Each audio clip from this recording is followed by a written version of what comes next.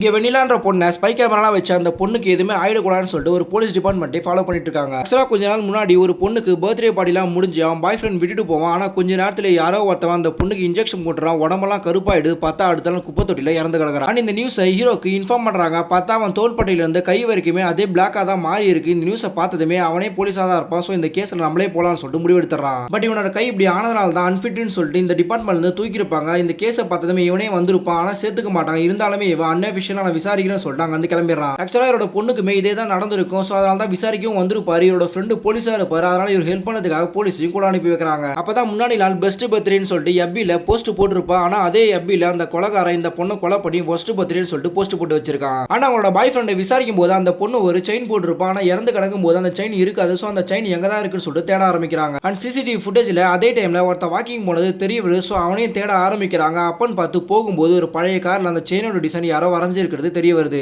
So அந்த கார்ல இருக்க ஃபிங்கர் பிரிண்டை வச்சு ஒருத்தனை கண்டுபிடிக்கிறாங்க. ஆனா விசாரிச்சு பார்க்கும்போது அவன் எதுவுமே சொல்ல மாட்டான். அதனால ஒரு ரூம்ல அடைச்சு வச்சுட்டு வந்துடுறாங்க.